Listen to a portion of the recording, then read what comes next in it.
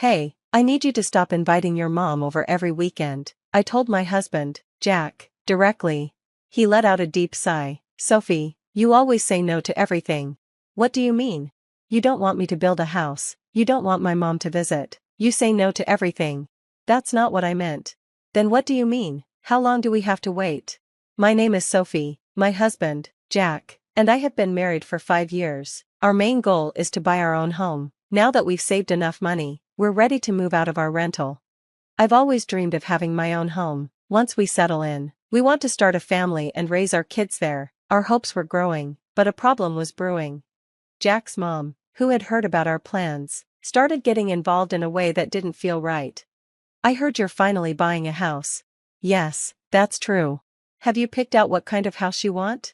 Yeah, we have an idea. Well, that's great. Let me know if I can help. Thanks, but no need. Oh, by the way, have you checked out the showroom near your place? No, we haven't had time yet. Well, I'll set up an appointment for you. We can go together. No, I'd prefer if you didn't. I'd like to look at the new house with Jack, just the two of us. But after that, Jack's mom kept trying to get involved. She even showed up at our place unexpectedly. I got you a brochure for some land that's for sale. Thanks. She handed me several brochures. What do you think of this one? It's near the station and big enough for 2 families. What did she say? Did she just say 2 families?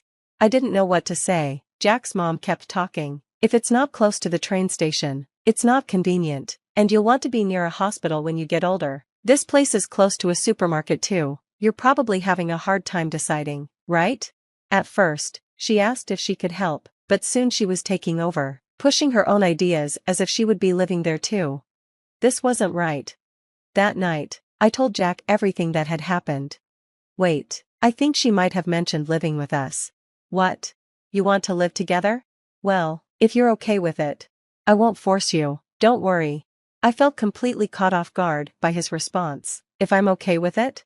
I don't think so. I couldn't believe Jack was still unsure about this. I knew I'd be the one left to deal with my mother-in-law if I had to tell her we're not going to live together. Why couldn't Jack see that? Should we stop building the house? What? Why?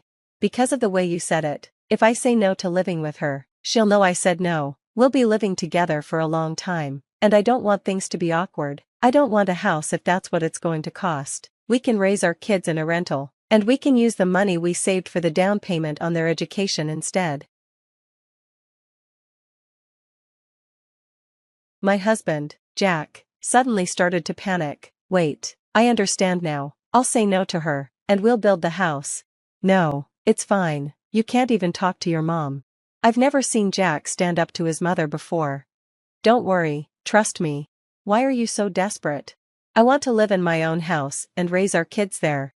You didn't seem that excited when we first talked about it. No, I was excited. That's a mean thing to say. I feel the same way about our kids. I see. Jack told me he would turn down his mom, but I didn't believe it. I didn't think he could do it, considering how he always acts with her. But the day after our conversation, my mother-in-law stopped bothering us and even called to apologize. Sophie, I got scolded by Jack. He told me he wanted to live with you alone. I'm sorry I pushed my opinions on you. Jack actually talked to her. He could speak up when it really mattered, but for some reason, I still felt a little unsure. I told Jack about his mom's apology, and he had a big smile on his face. See, when I say I'll speak up, I do. Why do you have that look in your eyes? I was wondering if you really said it. Are you doubting me? Isn't that a little odd? I've never seen you speak up to your mom in 5 years, and you didn't even do it in front of me. That's mean. I really tried. You're right, I'm sorry. By the way, you're sweating like crazy. What's going on? Oh, it's just hot. It is a bit warm today, isn't it? It's the middle of winter. Anyway, let's move forward with the house contract. Do you really want to build a house that badly? Of course I do. That's why we've been saving all this time.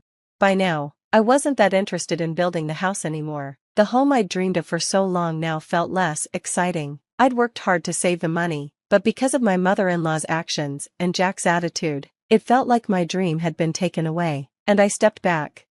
Still, Jack kept talking about building the house. 6 months passed since our argument. Jack still brought up the house, but I wasn't convinced. My mother-in-law, who had been quiet, was starting to lose her patience. She began showing up at our house more often. She never talked about the house anymore, but her attitude was getting more and more overbearing. Jack and I both work, and we both have weekends off, yet, every weekend, my mother-in-law comes over. If it was just once a month, I could handle it, but every weekend? It's too much. Jack seems really happy about it. I want to rest on the weekends, at least on Saturdays and Sundays, but my mother-in-law comes over at 7 a.m. and watches TV at a really loud volume. If I don't get up, she walks around outside my room. My husband, Jack, was so busy taking care of his mom that I thought that was probably enough for him. One weekend, I couldn't take it anymore and got up at 7:30 a.m. to start my day. My mother-in-law immediately said, "How can you still be asleep with a guest in the house?" And then she would stay late on Sunday night. Jack never said anything about her behavior, and when I looked at him, the word divorce popped into my mind, but I didn't want a divorce if I could avoid it. I wanted to figure out a way to fix things. "Hey, I need you to stop having your mom over every weekend," I told Jack, being honest about how I felt. He sighed loudly. "Sophie, you know you always say no to everything." "What do you mean? You don't want to build a house, you don't want my mom to visit, you always say no." "I didn't mean it like that." "Then what do you mean? How long do we have to wait for?" "You just said we dot." "What do you mean? Who else is waiting?" "What? Didn't you just say we?" Jack's face turned red, and he started sweating. "I didn't say that.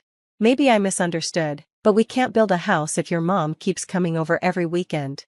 "Why not?" "Because I need some rest." "If my parents came over every weekend, would you get any rest?" "Your parents won't come, they have their own nice home." "I'm tired of this nonsense." "That's not the point. It's not about the house. I'll ask my parents to come stay next week." Jack raised his voice. "Absolutely not." "Why not?" "Because it's too much. Don't tell your parents to come over. My mom is the only one allowed here. This is my house too. I'm the head of the house. If you don't like it, then leave." "Are you serious? You're not useful to me anymore. I'm done with you. You can't make my mom happy, and she won't live with us if you can't even build the house." "You promised she wouldn't live with us." "What are you talking about? Once the house is built, we can do whatever we want, including living with my mom." "What do you mean?" "I told you all this, and you still don't get it. I was planning to have my mom live with us after the house was built." "I knew it. How could my mother-in-law back down so easily?" Jack was just scheming with her the whole time. "I see, that's what this was all about." "Fine, I'll leave. I hope you won't regret it." "I won't. Don't even try to show your face in front of me again." I packed up the few things I needed and went to my parents' house. They were surprised by my sudden return, but when I explained everything, they welcomed me with open arms. That's what family is for, right? I guess our relationship ended because I couldn't trust Jack from the start. "Dad, I'm sorry. I know things didn't work out between you two, but work and personal life are separate things." "Yes, I agree. And your mother and I are divorced. No alimony, no money issues, just the division of property." 3 months passed since then, and now my ex-husband was kneeling in front of me. "I'm sorry, Sophie's dad. I'm not your father anymore. Be careful what you call me." Boss? This is a surprise, isn't it? Because I divorced your daughter?" "What are you talking about?" Why had Jack come all the way to my parents' house and gotten down on his knees? It turned out he was transferred to a new position he didn't want. My ex-husband and I both worked for my father's company. He seemed to think that his transfer was because of our divorce, but it had nothing to do with it. My father had said during the divorce that personal matters didn't affect work. Every employee at his company gets transferred to a new region every few years as part of a skill-building program, not as a punishment. But that explanation didn't make sense to my ex-husband. "Lisa. Stop, it's the boss. I thought you told me never to show my face again." "I apologize, please. This isn't about obligation. I was supposed to be the next president, wasn't I?" "I can't believe you interrupted me with nonsense like that. You know, I think you're mistaken. I'm still the next president, whether you divorce me or not." "What? Of course, I'm his daughter." My ex-husband just nodded and left. The next day, he quit his job. People told him it wasn't a demotion, but he refused to listen. A few days later, I saw him in a place I never expected. I was watching a documentary on TV when I saw my ex-husband. He was standing in line for a meal donation at a volunteer organization. dressed poorly. Life has a strange way of changing things. I couldn't help but think of the word regret that I had said to him. I'm sure he regretted how he acted. The fact that he was holding 2 meals suggested that one was for his mother. I don't know all the details, but it's clear that his life now is very different from the one he had before. As for me, I'm happy being on my own. I'm busy with work during the week, but on my days off, I enjoy my free time. It's such a blessing to get a good night's sleep. I don't have to deal with early mornings anymore. I'm living in peace and happiness. The coldness my ex-husband showed, which I couldn't explain to anyone, used to hurt, but now, I see it as something that strengthens me when I stand up to my in-laws. Lisa, you did the right thing. I hope you can really enjoy your time on your own now.